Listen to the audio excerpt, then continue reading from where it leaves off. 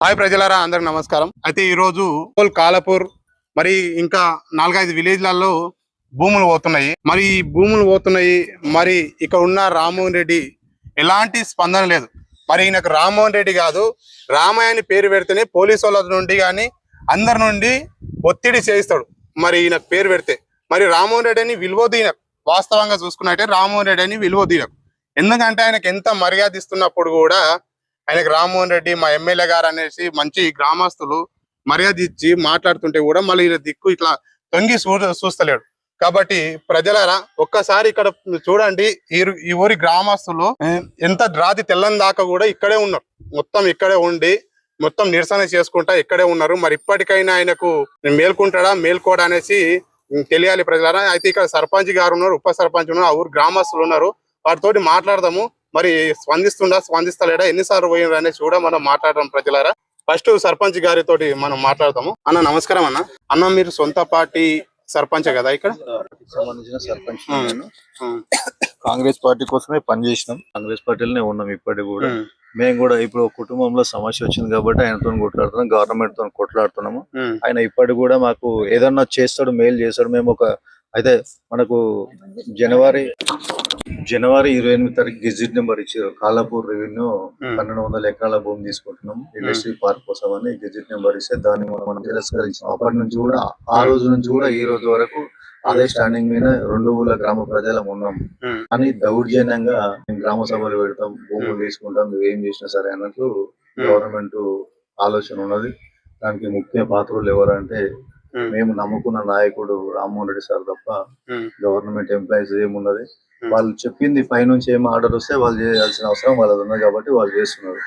వాళ్ళని కూడా ఏం అనట్లేదు. మేము ప్రధానమైన రిక్వెస్ట్ పెట్టుకున్నది ఆయనకు, రామ్మోహన్ రెడ్డి సార్ కు. ఆయన ఇప్పటికి కూడా ప్రాణాలకు త్యాగించి 6 మంది ఇప్పుడు నిన్న కరెక్ట్ 1 గంటకు ఆమర నిరాహార దీక్ష కూడా సిద్ధమైన అయినా సప్పటికి కూడా ఇప్పటి వరకు కనీసం ఒక రెస్పాన్స్ లేదు.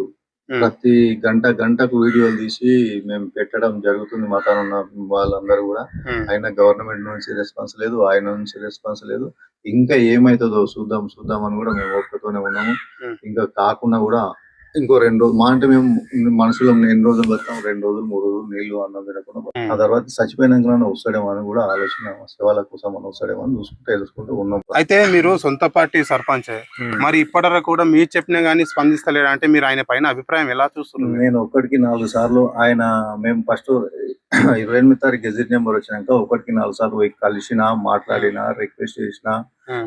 నేను రిక్వెస్ట్ చేసినాక అంటే ఇప్పుడున్న మొండి వైఖరి అయిన ఉన్న తర్వాత ఖచ్చితంగా జనాలందరం కలిసి మాకు మద్దతు ఇచ్చిన నాయకులందరూ వచ్చి 2-3 ధర్నాలు చేసి రోడ్డు రాస్తోకలు చేసిన తర్వాత లొల్లి పెద్దగా అయ్యేటట్లున్నది, ఇదంతా దూరం వెళ్ళిపోయేటట్లున్నది, స్టేజ్ వైజ్ వెళ్ళిపోతాని మళ్ళీ ఒక దురాలోచన చేసి మమ్మల్ని పిలుచుకొని ఆ ఉద్యమాన్ని అనుగొట్టింది. ప్రధాన కారకుడు ఎవరంటే రామ్మోహన్ రెడ్డి సార్. ఎప్పుడైనా అనుకున్నావా అన్న, మా సొంత పార్టీలను ఇలా అవుతాయి, మా గ్రామస్తులు నన్ను గెలిపించుకుంటారు, నేను మా గ్రామస్తులకు ఏం చెప్పుకోవాలనేసి మీరు ఎప్పుడైనా బాధపడ్డా? ఎప్పుడైనా కానీ పైన ఒక నాయకుని మీద నమ్మకం పెట్టుకొని, ఒక పార్టీ మీద నమ్మకం పెట్టుకొని, ఆ పార్టీకి ఉన్న సిద్ధాంతాలను నమ్మకం పెట్టుకొని, తరతరాల నుంచి ఆ పార్టీ ఏం చేస్తుందో గమనించి ఆ పార్టీ కోసం నిజమైన కార్యక్రమం నేను కూడా అదే చేసిన తప్ప వేరే చేయలేదు. నేను ఆ కాంగ్రెస్ పార్టీ కోసం కొట్లాడితే రేపు పొద్దుగాల నాకు కూడా భవిష్యత్తు ఉంటుంది, నా ఊరికి భవిష్యత్తు ఉంటుందన్న ఆలోచన. ఈ గెజిట్ నెంబర్ తీసుకొచ్చి భూమి 1200 ఎకరాల భూమిని కాళ్ళపూలను తీసుకుంటారని కూడా మనం కలగనలేము. ఇట్లా జరుగుతుందంటే కూడా మనం చేయలేము. ఇప్పుడు ఏమంటున్నా ఫైనల్ గా ఏమన్నా అంటే మనల్ని 2 నెలల కింద మనల్ని మీరు ఉద్యమం ఆపండమ్మా, నేను ఏమన్నా ఉంటే పట్టా భూమి గెజిట్ నెంబర్ క్యాన్సిల్ చేసే ప్రయత్నం చేస్తాను నన్ను పిలుచుకొని చెప్పిన తర్వాత ఒక ఎమ్మెల్యే అనుకుంటే ప్రతి దగ్గర ఏడైనా కంపెనీ రావద్దు అనుకుంటే ఒక ఎమ్మెల్యే అనుకుంటే రాదు. మా దగ్గర వద్దు మా దగ్గర వద్దు, మీ దగ్గర ఎక్కడైనా వేసుకోండి అని చెప్తే రాదు. ఒక ఎమ్మెల్యే ఇన్వాల్వ్మెంట్ లేనిది రాదు. మరి దానిపైన కూడా ఆయన గట్టిగా ఏం మాట్లాడట్లేడా అసలు అసెంబ్లీలో కానీ ఇక్కడ? ఒక ఎమ్మెల్యే కావద్దు, ఈ 2 ఊళ్ళకు ఒక ఊరికి ఈ 600 ఎకరాల భూమి తీసుకోవద్దు అనుకుంటే మీ చేతులు ఉన్నా సార్? అది ఆర్డీఓ చేతులు లేదు, కలెక్టర్ చేతులు లేదు. మీరు ఒక స్థానిక ఎమ్మెల్యే కాబట్టి మీరు చెప్తే ఆగుతుంది సార్ 100% అని నాకు తెలుసు, జనాలందరికి తెలుసు. నిజం సార్, పచ్చి నిజం అంటే నేను ఆపితే ఆగేది కాదమ్మా అని చెప్తారు. నేను ఆపితే ఆగేది కాదమ్మా అని చెప్పారు. కానీ ఇంకో మాట చెప్పారు, 2 నెలలు ఆపుతా అని చెప్పి నన్ను మోసం చేసి, నా గ్రామ ప్రజలను మోసం చేసి ఈ రోజు మా ప్రాణాల మీద తీసుకొచ్చింది ముఖ్య కారకుడు ఎవరంటే స్థానిక రామ్మోహన్ రెడ్డి, వేరే ఎవరు కాదు. వేరే ఎవరు కారణం కాదు అన్న. గతంలో ఇట్లాంటి ఏమన్నా రావడం, ఇంతకు ముందే భూసేకరణ చేశారు అనేసి కొన్ని కూడా వినిపిస్తున్నది, నిజమా అది? ఇక్కడ మీ ఇక్కడ ఇండస్ట్రియల్ కారిడార్ కోసము ఇంతకు ముందే భూసేకరణ కోసం ప్లాన్ ఉన్నాయంట అని చెప్తున్నారు కొందరు. గతంలో ఇక్కడ భూసేకరణ, ఇండస్ట్రీ పార్క్ కోసం భూసేకరణ చేసిరన్న విషయం అయితే తప్పు. అయితే గత టిఆర్ఎస్ ప్రభుత్వం ఉన్నప్పుడు ఇక్కడ ఒకసారి వచ్చి చూసిపోయారు ఇక్కడ. ఎందుకంటే 600 ఎకరాల భూమి పక్కల సైడ్ లో ఇంకా మొత్తం 1213 ఎకరాల గవర్నమెంట్ ల్యాండ్ ఉందని అప్పుడు నేను సర్పంచ్ ఉన్నప్పుడే మాకు ఇంటి ఇవ్వకుండా వచ్చి ఒకసారి చూసిపోయారు తప్ప గెజెట్ నెంబర్ ఇవ్వడము, క్యాన్సల్ చేసుకోవడము అది తప్పుడు ప్రచారం. ఓకే, ఇక్కడ సర్పంచ్ గారిని మాట్లాడితే మొత్తం విషయాలు ఇలా తెలుస్తాయి కాబట్టి ఇప్పుడు కూడా మరి రామ్మోహన్ రెడ్డి గారు స్పందించారా మరి తెలియాలి. మరి ఇంకా ఇక్కడ ఉన్న గ్రామస్తులు కొద్దిమంది ఉన్నారు, రైతులు, వాళ్ళతోటి మనం మాట్లాడదాం. అన్న, కొన్ని వీడియోలలో మీ ఫేస్ కనబడుతుంది, మీలను అరెస్ట్ చేసి చాలా ఇబ్బందులు చేసిర్రు, ఎట్లా అనిపిస్తున్నా మీ గ్రామం తరపున? మేము ధర్నాలు చేయబట్టి 79వ రోజు ఈ రోజుకి మేము అన్ని ధర్నాలు చేసినాం. అందరికి ఆర్డీఓకి ఇచ్చినాం, కలెక్టర్కి ఇచ్చినాం, ఎంఆర్ఓకి ఇచ్చినాం, గవర్నర్ గిట్లంగా ఇచ్చినాం. ఫైనల్ మనకు గవర్నరే కాబట్టి గవర్నర్ గారికి ఇచ్చిన. ఈ దొంగ రామ్మోహన్ రెడ్డి ఏం చెప్పిండంటే, మేము చేస్తూ మధ్యలో ఒక నెల రోజులు చేస్తున్నా మధ్యలో మమ్మల్ని పిలుచుకో, మా సర్పంచ్ని పిలిచి మమ్మల్ని అందరికి రమ్మని మమ్మల్ని హైదరాబాద్ దొలికిపోయి, నేను ఆపుతామా, నేను కొద్దిగా ఆపుతాం, మేము ట్రై చేస్తాం, మీరు ఇవన్నీ ధర్నాలు చేయకుండా ఏం చేయకుండా అని చెప్పిండు. చెప్పిన తర్వాత ఒక 15-20 రోజులకే నా చేతిలో ఏం లేదమ్మా, నేనేం చేయలేనంటని చెప్పిండంట మా సర్పంచ్కి.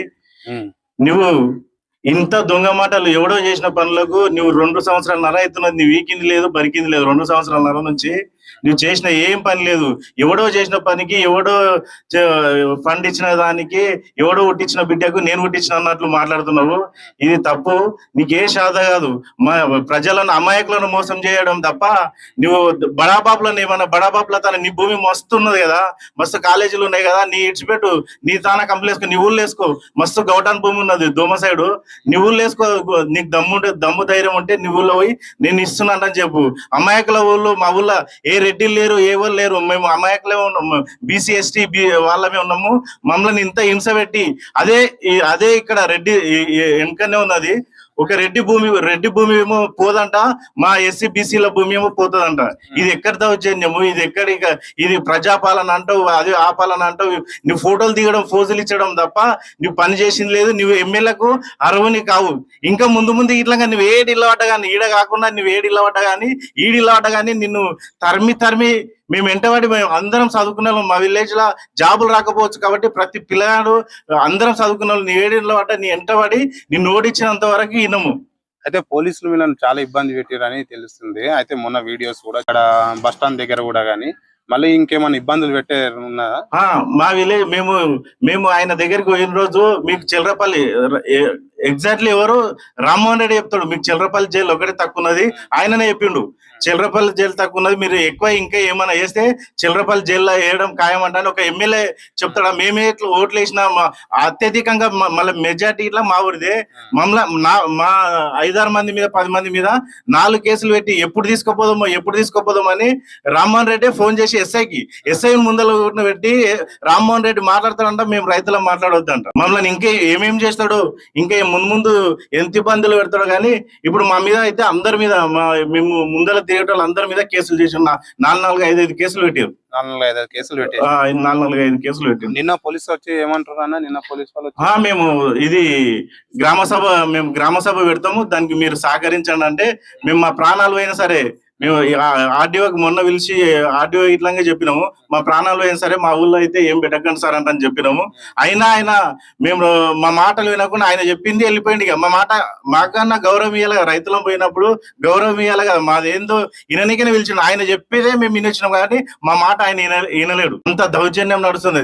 ఈ ఆఫీసర్లు ఇట్లాగా కాంగ్రెస్ కండవ పెట్టుకొని రామ్మోహన్ రెడ్డికి చేస్తున్నట్టున్నారు అందరూ ఆఫీసర్లు ఇట్లా. అయితే రామ్మోహన్ రెడ్డి గారిది ఇప్పుడే కాదు, ఇప్పుడు ఏదో గెలిచాడు, 2 సైడ్ గవర్నమెంట్ ఉంది కాబట్టి ఈయన ఇలాగే చేసిండు. అయితే గతంలో నేవీ రాడర్ అని పూడూరు గ్రామంలో ఉండే. పూడూరు గ్రామం విషయంలో కూడా గ్రామ సభ వచ్చేసి 5 గంటలకు పెట్టారు. ఆయన చేసేటి మొత్తము దొంగ పనులు, అవినీతి మొత్తం ఇలాగే ఉంటది. ఎందుకంటే అది గ్రామ పంచాయతీ ఆఫీసు 5 గంటలకే పూర్తి అవుతుంది, కానీ 6 గంటలకు గ్రామ సభ పెట్టేసి పూర్తిగా అందరూ గ్రామస్తులను నమ్మించి అక్కడ ఉద్యోగాలు వస్తాయి, మీకు ఉద్యోగాలు కల్పిస్తాము, జాబులు కల్పిస్తాం అనేసి అప్పుడున్న గ్రామస్తులను నమ్మించి అక్కడ నేవీ రాడర్ ఎలా అయితే గుంజుకున్నాడో ఇక్కడ కూడా అదే గ్రామ సభ పెడతాం అనేసి అదే విధంగానే గుంజుకున్నామనే ప్రయత్నము చేస్తున్నాడు ప్రజలారా. మరి ఈయనకు రామ్మోహన్ రెడ్డి కాదు పేరు పెట్టడము, రామన్న అని పేరు పెట్టాలి. కాబట్టి ప్రజలారా, ఈయనను ఖచ్చితంగా నెక్స్ట్ వచ్చే ఎలక్షన్ లో మీరే చూస్తారు. ఈయన బతుకు ఎలా అవుతుందో ప్రజలు అందరూ చూస్తూ ఉన్నారు. ఎందుకంటే ఈరోజు ఎట్లా జరుగుతుందంటే ఒక కాలపూరు, రాపోలు ఈ రైతులే కాదు, ఏదైతే కాన్సెన్సులు ఉన్నదో చాలా మంది పూడూరు గ్రామంలో కూడా కొంత 1200 ఎకరాల భూమి అక్కడ కూడా తీసుకుంటుండ అనేసి జరిగింది. అది ఇక్కడే కాదు, ఇంకా మన దోమ మండలు ఇట్లా ఎటు చూసినా భూసేకరణ ఉన్నా కానీ గతంలో ఆల్రెడీ భూసేకరణ బీఆర్ఎస్ గవర్నమెంట్ ఆల్రెడీ చేసింది. అక్కడ ఉన్న కంపెనీలు ఏవైతే ఉన్నాయో అక్కడ ఇంకా ప్రతి మండలంలో భూసేకరణ చేసి ఇండస్ట్రియల్ కోసం అనేసి ఒక జాగా అనేది ఉన్నది ఆల్రెడీ. మరి అక్కడ డెవలప్మెంట్ చేయకుండా వీళ్ళు కమిషన్ల కోసము భూసేకరణలు చేసి ఈ విధంగా రైతులను ఇబ్బంది చేస్తున్నారు. వీళ్ళ దగ్గర డబ్బులు తక్కువ రూపాయలకు తీసుకొని ఏది అమెరికా కంపెనీలు అక్కడ ఉన్న పెద్ద పెద్ద కంపెనీలకు ఎక్కువ మొత్తంలో అమ్ముకునే ప్రయత్నము వీళ్ళు చేస్తున్నారు. కాబట్టి ప్రజలారా, మీరు మేల్కొనాలి. ఇప్పటికైనా గవర్నమెంట్ మీద ఎలా ఉంది అనేసి మేల్కోవాలి. Parigi Narasimha official news channel అందరూ సబ్స్క్రైబ్ చేయండి, షేర్ చేయండి, కామెంట్ చేయండి.